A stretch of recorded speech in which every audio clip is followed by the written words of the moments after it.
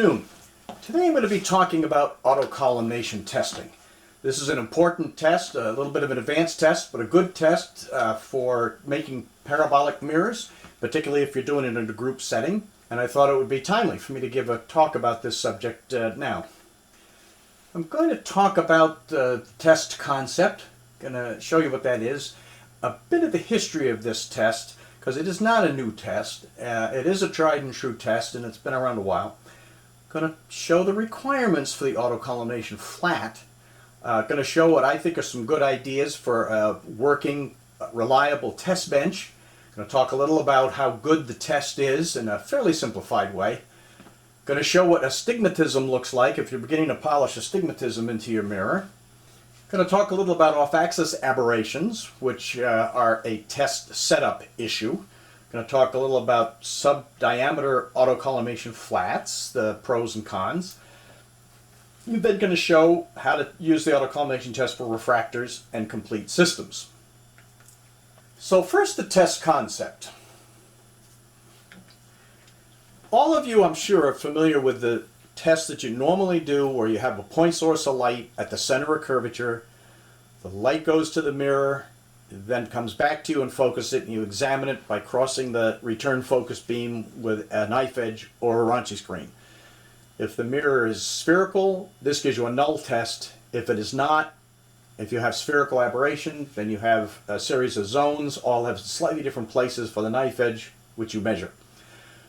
The autocollimation test is certainly similar to that, but it's an improvement in that it's a null test for a parabola. You have the mirror being tested, and then a flat with a hole in it that you can see right here, and the light source and knife edge go at the focus of the mirror being tested instead of the center of curvature. So the light goes through the hole in the flat and then expands to the mirror being tested, then goes out as a parallel beam, essentially the reverse procedure of how your telescope works. That parallel beam is intercepted by a flat, which redirects the light back to the mirror being tested for a second bounce off that mirror, and then refocused back where you can examine it with a knife edge and Raunchy screen. There are two advantages to this test. The first is that it is a null test for a parabola, which means you can tell at a glance whether you have a parabola or not. You will either have a smooth gray cutoff if you're using a knife edge, or straight parallel Raunchy lines if you're using a Raunchy screen. It is also a double pass test, which means that it doubles the sensitivity of any errors in your reading. If you don't have a perforated flat or don't want to perforate your flat, you can do a similar test using a 45-degree mirror to deflect the beam to where it's accessible out to the side. Of course, you put your source here and it would go out to the mirror being tested, go to the flat, come back, and then come back to where the knife edge is. You do have 5 reflections in that test, 2 of them off of this little diverting flat, so you would need that flat to be good. The better arrangement would be a perforated flat if you have one, but this is an alternate arrangement that does work. So let me give just a little bit of history about this test. And this is just a little history only to give you a feel for the fact that this test is not exactly new. It's been around for a long time, and it's a tried and true test, and professionals used it long before it came into use by the amateur community. There may be other history involved, but I just want to make a point here. The first written record I could find of a test like this was George Ritchie describing a test for paraboloid at focus using a flat in Astrophysical Journal number 14 in 1901. That's almost 100 years ago. A little later, George Ritchie discusses, also in Astrophysical Journal, methods of testing optical mirrors during construction. And in that, he again refers to this testing for paraboloids at focus. Now, the term autocollimation hadn't been used yet. The test was referred to as testing paraboloids at focus using a flat. At the time that Ritchie was doing this, he was involved in the making of some very important telescopes. The 24-inch telescope, where the Yerkes is, and the 60-inch telescope on Mount Wilson. Both of these telescopes, at the time they were being built, now we're talking turn of the century here, were really groundbreaking telescopes, and it was very important to Ritchie that the best optical test be used, because he was really after some groundbreaking optical performance on these very large aperture telescopes. If you remember, the Yerkes telescope was made only about 20 years earlier. That was a large refractor, so that was a 40-inch. That was the largest telescope in the world at the time that was being built. So the 60-inch telescope then was going to be even bigger, and he wanted it to be good. So he wrote up these tests. He's the first one I could find being credited with any discussion of them.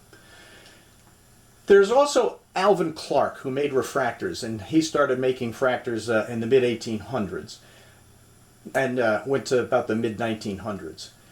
If you look at the book published by Wilman Bell on artists and optics, there's some comment early in the book. It's not a technical book. It's mostly a story of Alvin Clark's life and the history of the telescope factory and the telescopes they've made. So it's little technical material, but there is some.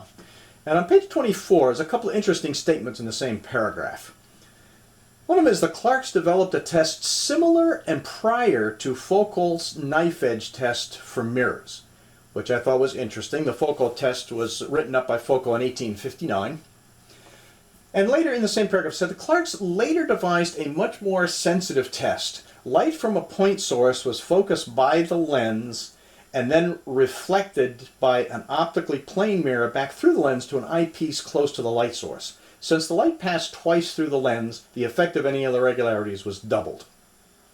So did Clark invent this before Ritchie wrote it up? That's hard to say, because, as I say, the Clarks made telescopes from 1840, mid-1840s to 1936 when the factory was sold.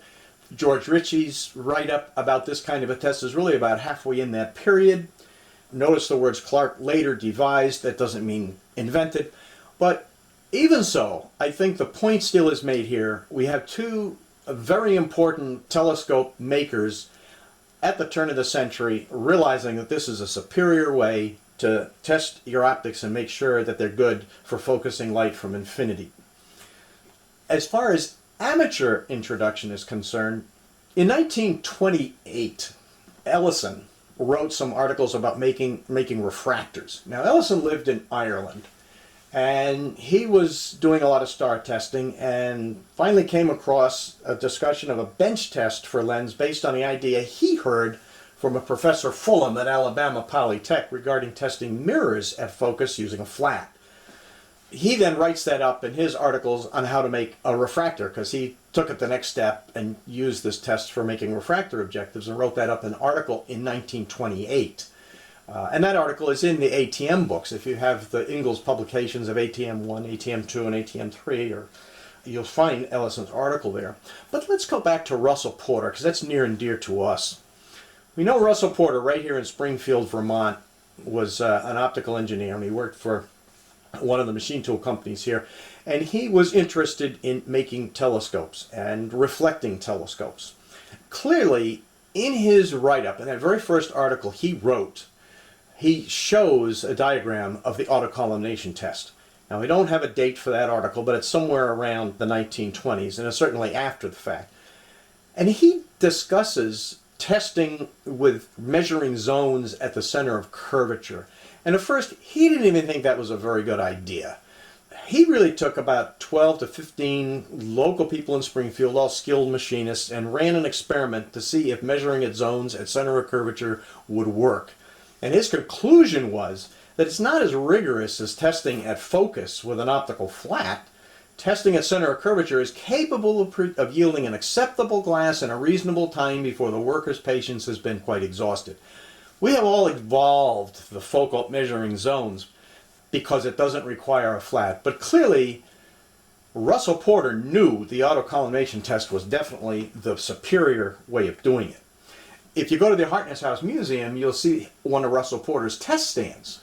And he refers to making hundreds 6-inch mirrors with his test stand. It's a vertical test stand, and it shows that the flat is on top, and off to the side he put the mirror. Now down here at the bottom I've kind of highlighted a little plaque that goes along with this display, and you can clearly see that that's the autocollimation test. Again, the word autocollimation is not used because we're not sure exactly where that term originated, but he does say Russell Porter used to test a reflecting mirror telescope with collimated light as it would be used in the final telescope. So right from the get-go, the Springfield telescope makers had been using the autocollimation test and still uses the autocollimation test today. Usually the early telescope making books, the ones written by Howard and Thomson, they mention the autocollimation test, but they very quickly dismiss it because they say, in order to conduct this test, you have to have a flat, and since you don't have a flat, we're not going to really talk about this test. And then they go on to how you're going to take the knife edge test with zonal measurements, which really is a good test. It works fine and not requiring any auxiliary optics. The autocollimation test does require an auxiliary optic, and that's a flat. But getting a flat might not be as complicated or hard as you might think. And we're just going to talk a little bit about the requirements of the flat. The flat used for autocollimation need not be precisely flat, but it does need to be smooth and free from zonal defects. The question then becomes, how unflat can it be? Well, I'm going to try to address that in a simple way that I hope will come across to you. And I'm going to start that discussion with a discussion of the Spielhof test. Now, you may not have heard of the term Spielhof test, but I know you're familiar with this test. This is where you aim your telescope at some light a distance away. It's known as nulling to an artificial star at a finite distance. The concept is, of course, that you end up with two foci when you're doing that. One is the focus of your telescope or your mirror at what you'd think of as the focus, and the other foci is the light at a finite distance. Any ellipse can be tested by putting a light at one foci and your raunchy screen or knife edge at the other foci. So when you're testing with that arrangement, what you're really doing is testing against an ellipse. And there are formulas in the Spielhof test, for example, where you can say if this light here, this distant light, is a certain number of feet away, your mirror will be accurate to within a quarter of a wavelength of light. If it's a little further away, then it'll be accurate to an eighth of a wavelength of light, and so on. What you're really doing is you're nulling to an ellipse. But the further away the light goes, the closer to a parabola you come, so that your ellipse is going to be within bounds of the parabola. And that standard, that bounds, generally accepted as the Rayleigh criteria. But there are other criteria. So that's why that's used. You know, if you do the mathematics for an eighth of a wave, and you put your light, say, 300 feet away, I'm just throwing that out as an example, then your ellipse will give you a wavefront that's going to be undercorrected by an eighth of a wave to a parabola, which is going to give you an acceptable telescope. Point is, you're nulling to an ellipse, not a parabola, but it's close enough. So with that thought in mind, if you have an autocollimation flat that's just a little bit convex, and I've shown it here exaggerated, but what the test will see is that that light is not coming from infinity. It's going to be an expanding light cone reflected back to the mirror. So you're going to be nulling to an ellipse. And the question is, how convex can that mirror be and have an ellipse that's close enough to a parabola to be within limits? And that actually ends up being quite a loose tolerance. Likewise, if you have a concave flat, and of course, again, I've shown this exaggerated, what the test is going to see the mirror as the light source coming from a greater than infinite distance away, or in other words, a converging light cone. I realize greater than infinity is a physical impossibility, but it's not a virtual one. And it can be created here, and you will be nulling to a hyperbola. So with that thought in mind, if you go to Optical Shop Testing by Daniel McAlera, he refers to an article written by C.R. Birch called The Tolerances Permissible in Flats for Autocollimation Test. And he submitted that to the Royal Astronomical Society back in 1938. It's a very simple formula. It's really delta, which is the depth of the curve of your flat in fringes, is equal to 128 times the focal ratio squared times epsilon, which is the error desired in fringes in the mirror you're testing. Let's just say I want a mirror that's accurate to a 16th of a wave. And this is going to be surface measure because we're talking fringes. So a 16th of a wave is going to be 0.0624, and you multiply that times 2 because there's 2 fringes per wave, and you get 0.125 fringes, or an eighth of a fringe. Again, using this formula, we also know, if you look in the article, it says the lower the focal ratio, the flatter the flat must be. So I'm going to model, I'm going to say, suppose I want to be able to make an f4 mirror. I'm not going to make a mirror any faster than that. I don't want that large of a central obstruction. But anyway, for an f4 mirror made to a 16th of a wave, which is the Frank cone limit, it's 0.125 fringes. Then I apply that formula, delta equals 128 times 4 squared times a 16th, and you get 256 fringes. That's an awful lot. That turns out to 128 waves out of flat. And you can actually translate that waves to almost 3/1000ths of an inch, which is something that you can mechanically measure. I'm not recommending you have a flat this far off. I'm just letting you know, basically giving you a head sense of what happens if the flat is not flat, and really how wide a tolerance you really have on that. The important thing is that it be smooth, it be free from holes or zones, and as a practical matter, the flatter you make your flat, the easier it is to determine that you don't have any zones or irregularities. This is a flat that I use for doing refractors. It's an 8-inch flat, it's uncoated, and you can see that there's about a dozen rings here. Now this was done really with diffuse light at a finite distance. It was done with a Fizeau interferometer, so some of those fringes are just parallax effect, and it's actually flatter than it appears. But even at 12 fringes, that is still well within the limit. And I mean, I don't even have to calculate how close I'm going to be. I'm going to be at a 100th of a wave or something like that, with something not that flat. But whether something is flat, it depends on the progression of these decreasing spacing between the fringes, and whether or not these circles are all round. If you get as many as 200 fringes, you're not going to be able to make that determination very well. So I recommend you get a flat as you can, just so that you can tell that it's smooth the way it ought to be. So anyway, enough about that. There's a wide tolerance for flatness, but the flat must be smooth, because any turned edge or zones or holes are going to show up in your test return, and you won't know whether it's in the flat or in the mirror you're testing. So having a flat, now I'm going to show you what I believe are handy features to have for an autocollimation test bench that will give you a nice, repeatable, reliable test, and enable you to make all the adjustments you need to make in order to conduct the test properly. And we're going to get into that as I continue my discussion, what some of those reasons for some of these features are. Features desirable for an autocollimation bench: affirm support for the flat and mirror being tested. I don't just lean things up against bookends. I mean, I make sure things are good. The ability to adjust the tilt and pan of both mirrors, both the flat and the mirror being tested. And it's certainly preferable if you can make those adjustments while you're looking through the raunchy screen or knife edge. In other words, you can make these adjustments from the operator's position. You need a provision to just initially align the mirror so you can get the reflections in the first place. Some people spend hours and hours and hours and can't get a reflection and kind of give up on the test. But it can be done in seconds if you have the right provision for it. And it also helps to have a provision just to measure the distance and spacing of the mirrors and the light source and the viewing port and so on. Now I'm going to show you, this is my autocollimation bench. It's one of two. This is the one with a 12.5-inch flat. With the mirror here on the stand is a 12.5-inch f5. That's a size mirror, bigger mirror this test stand can accommodate.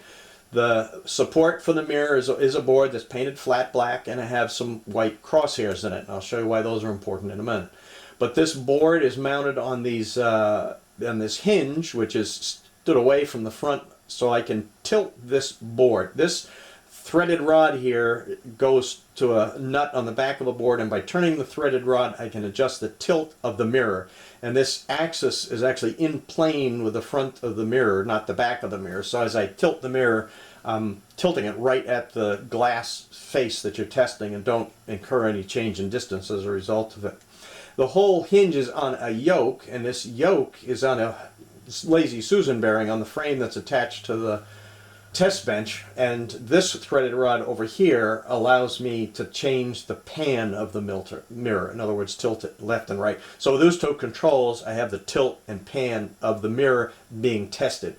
Now just swinging and looking at the autocollimation flat end of the test bench, my flat happens to be in a box which I then slip into this cradle, and this cradle has bearings here, one on this side and one on that side, and this is a threaded rod that goes back. By turning it, I can adjust the tilt of the mirror, and then this whole cradle is again set in a yoke, which is on a lazy Susan bearing, and this threaded rod goes through so I can adjust the pan of this mirror. So now turning around from the back, this would be the operator's position. The light source and so on is not there at the moment, but these are the two knobs that control the tilt and pan of the flat. I can reach around the flat and control the tilt and pan of the other mirror being tested, and that's just a little more of a close-up view showing that I can do both mirrors from the test bench. So now I've put the light source in position. My light source is on a dowel and a Raunchy screen's right above it. This is a battery pack that controls the light. And now that we're there, I'm going to talk a little about the light source for autocollimation. One thing you have to consider is this is 2 bounces off the mirror you're testing, and at this point the mirror is not coated.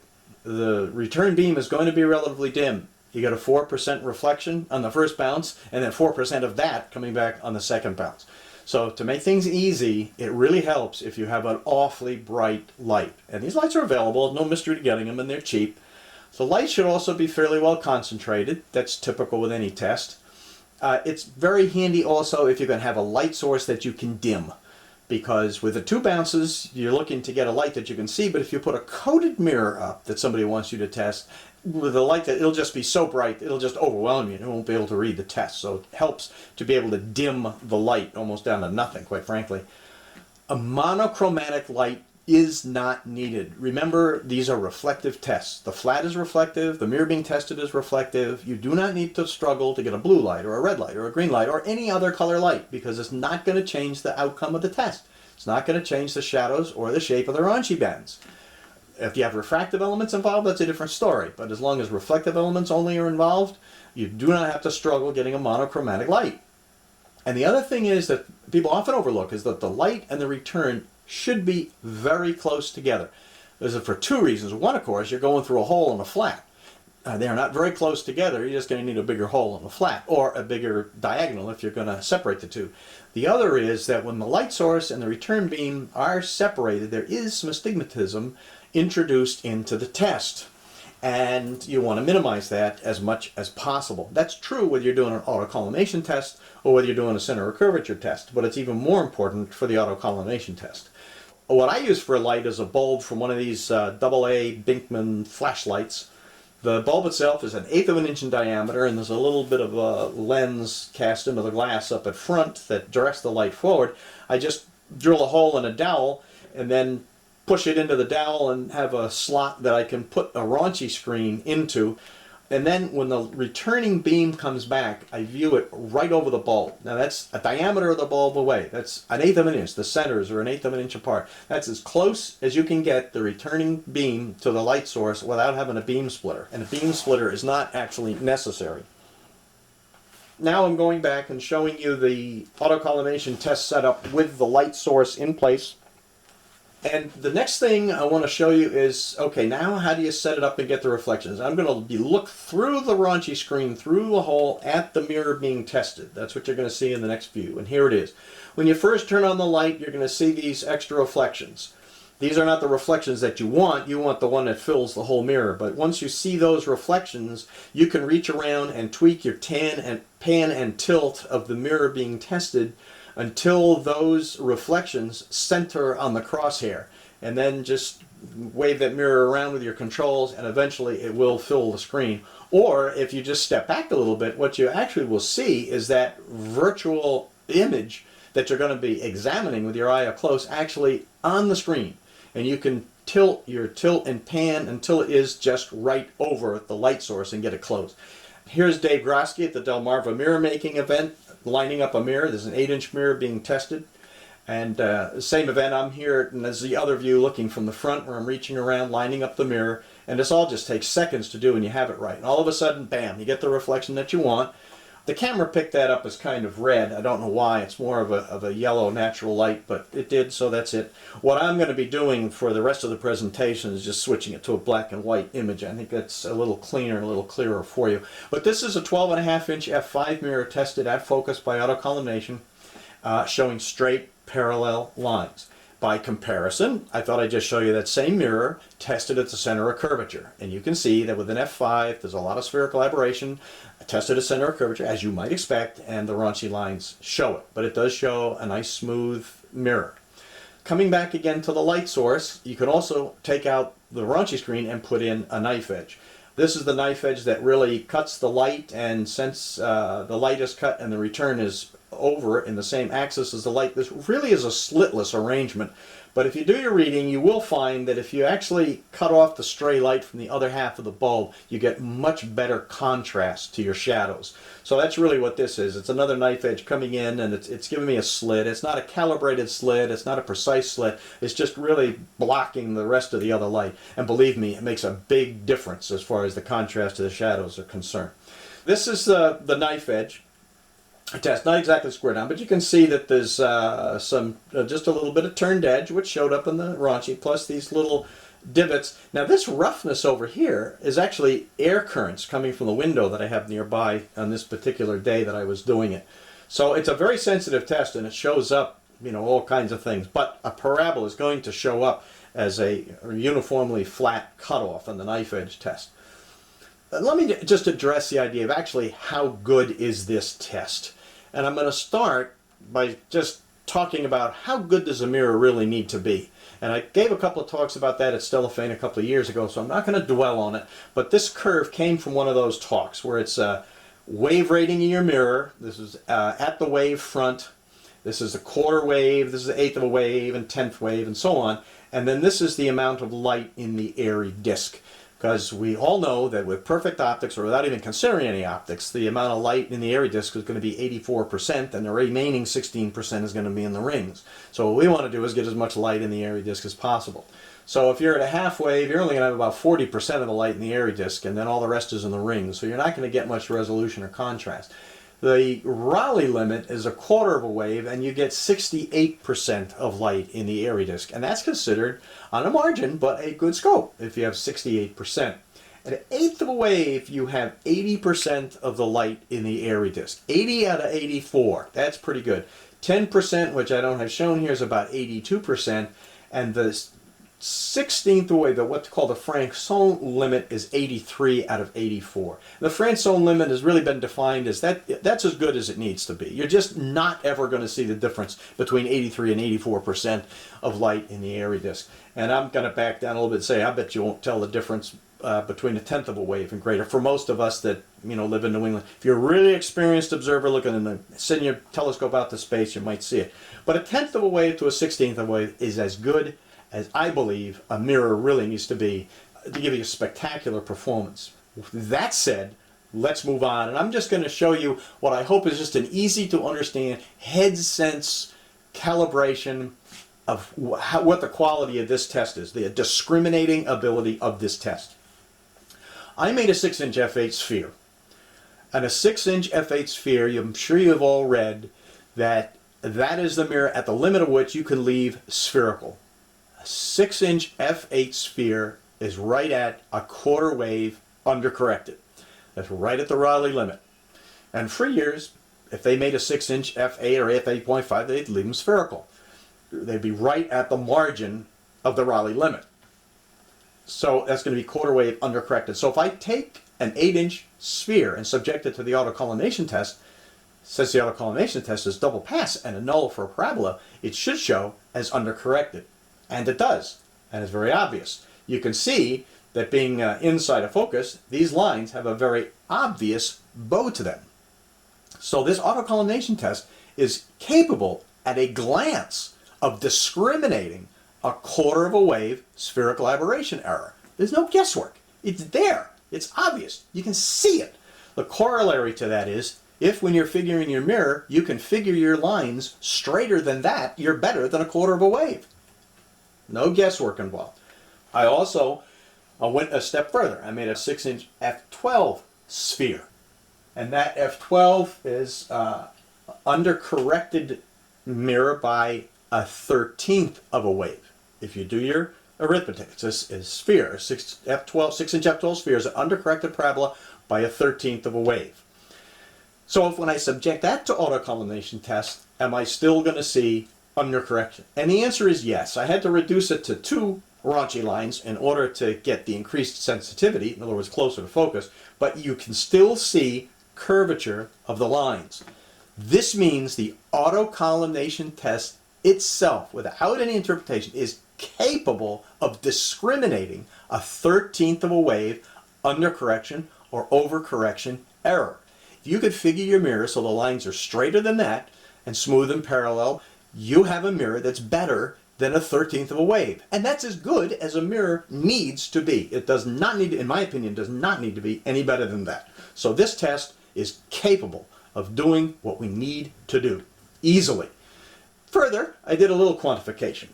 When I made the 16-inch f4 mirror that I had my Casa grain up on the hill last year, I figured that with raunchy lines and the autocollimation test to straight parallel lines, and then afterwards I made a quarter mask and I submitted it to the Foucault test, and then plotted it on Mills-LaCroix and also ran the numbers a la Texero method.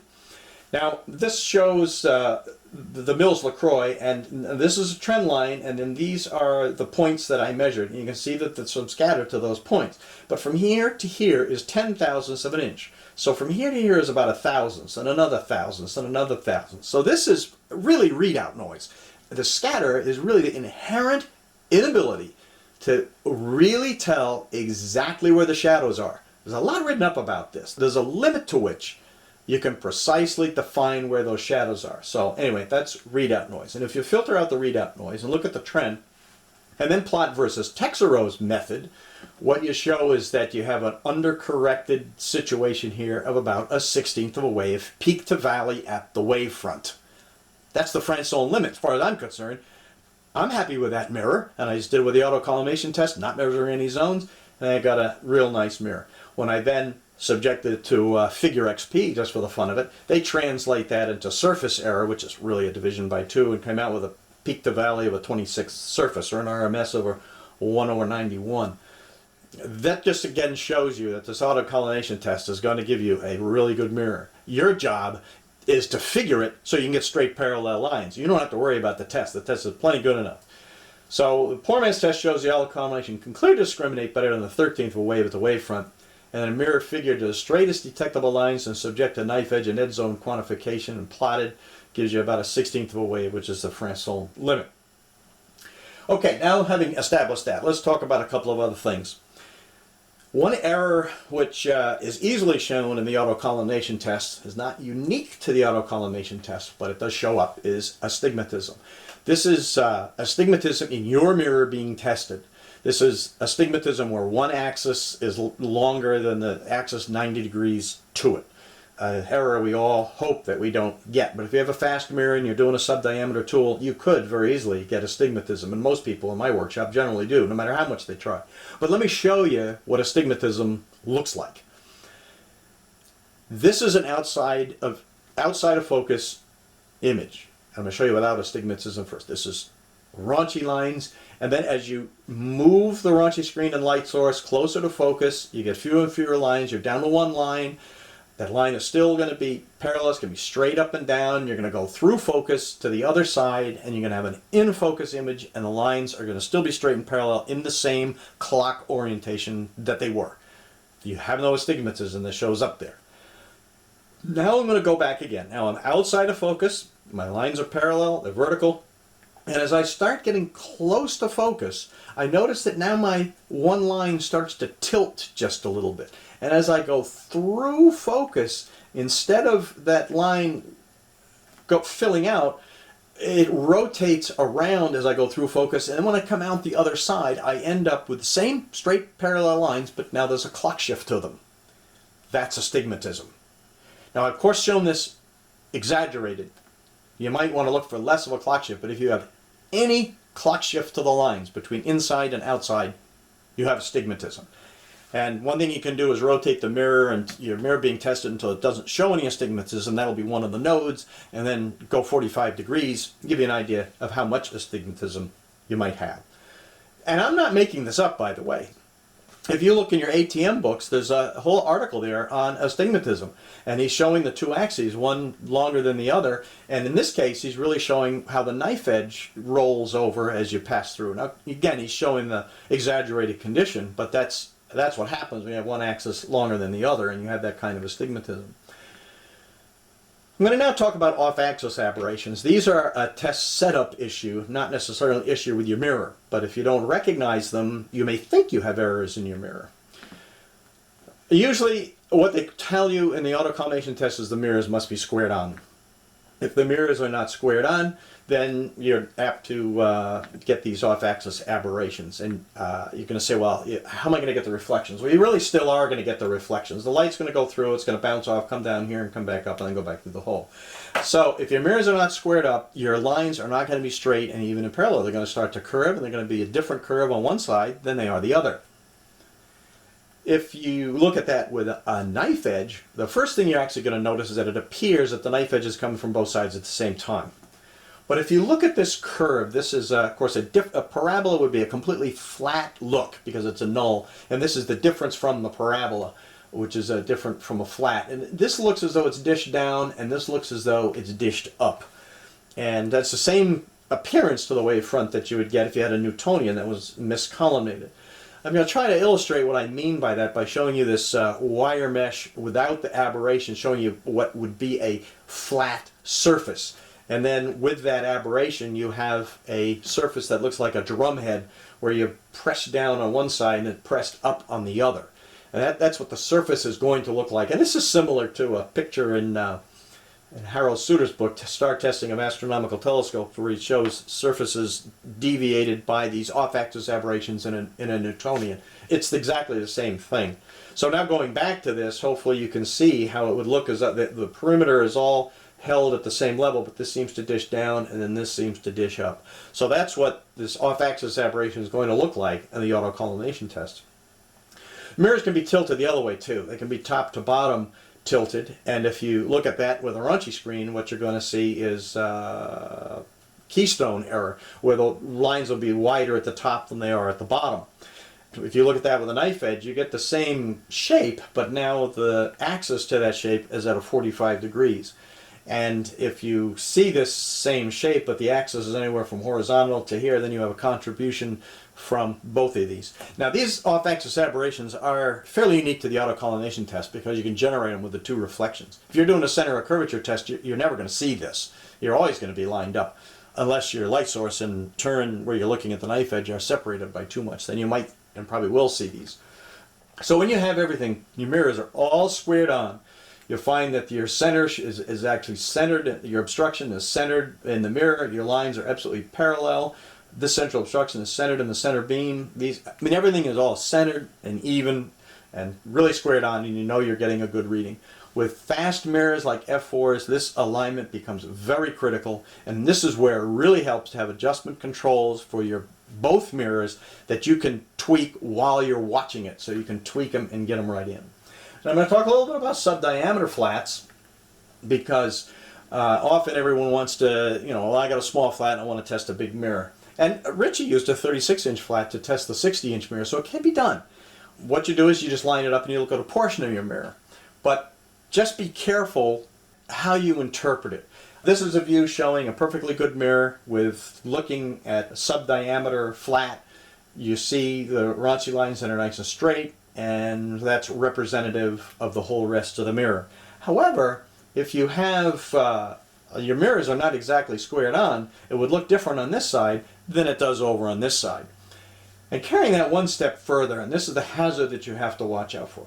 If all you can see is what's inside that yellow circle, and remember that that's all you're going to be seeing. This out here you can't see. I'm kind of showing it faint so you get an idea. But really, that's all you can see. And you're going to see what looks like a line that's straight in the center and a line that's curved out. And you're going to think that you have this situation. In other words, if I'm outside of focus, an overcorrected mirror that needs more work. But watch very carefully, because you might not have this situation. What you really might have is this.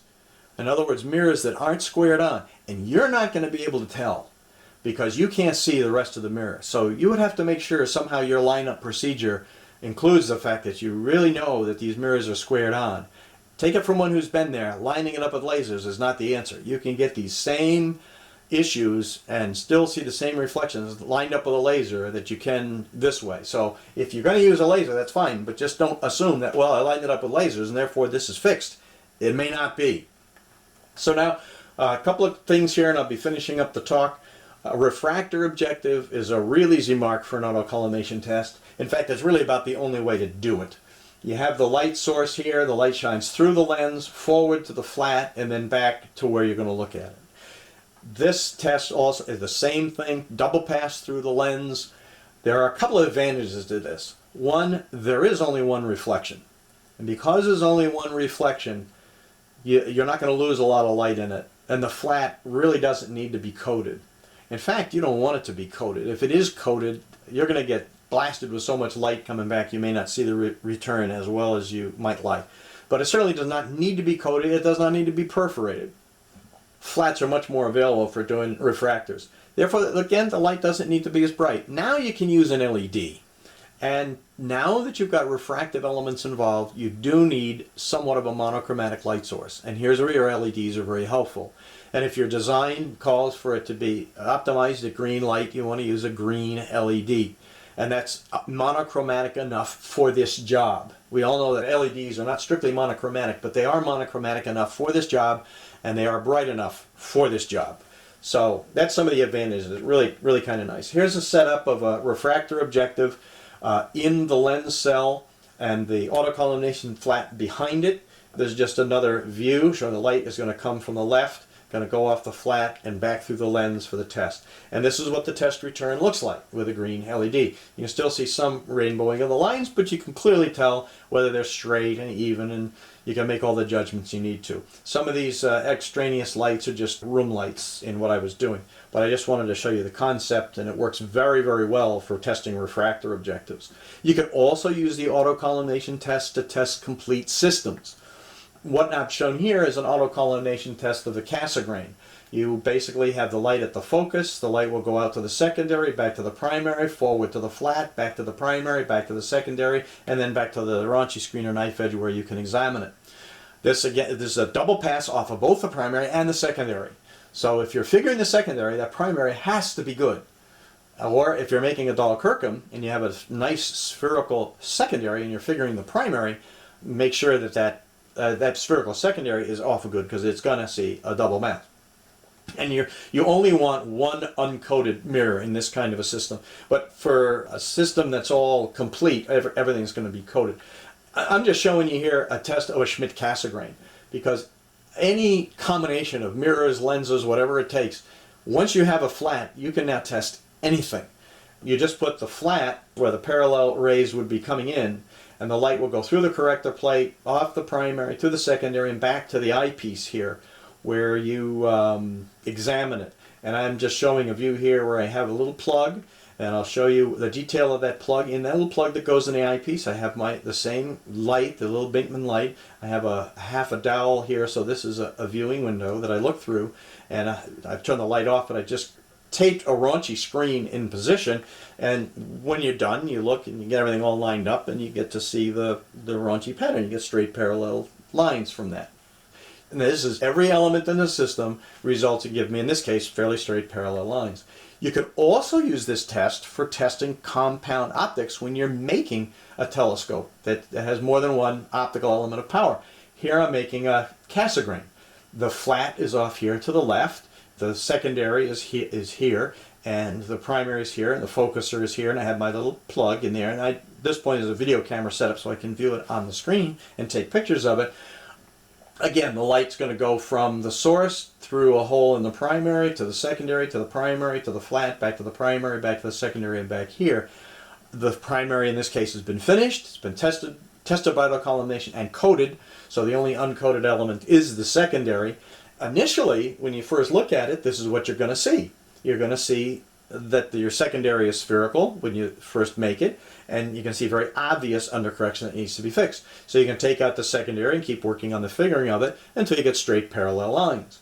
And so that's how you do a complete system. So I'm really about through. I hope I haven't saturated you with too much information. I just want to give you a little shameless plug here if I can for just a little bit. I have a website that you can go at directly, or you can get at it through the Astronomical Society of Great Hartford's website or the Stellafane website if you follow the various links to workshops. And the point I'm bringing this up is because when you get to the website, there's a page down here called Instructional Videos. And I've given 3 talks at Stellafane over the past few years on testing in general, mirror quality 1, mirror quality 2. You can go to the download page. You can download those instructional videos. I invite you to do that. This particular talk is going to be made into a video. Give me a couple of months to do it because my son helps me make these up, and it will be available also. If you thought this was informative to you and you want to hear it again, that's how you can have access to it. So with that, that's the end of the presentation. I thank you very much. Do you have any questions?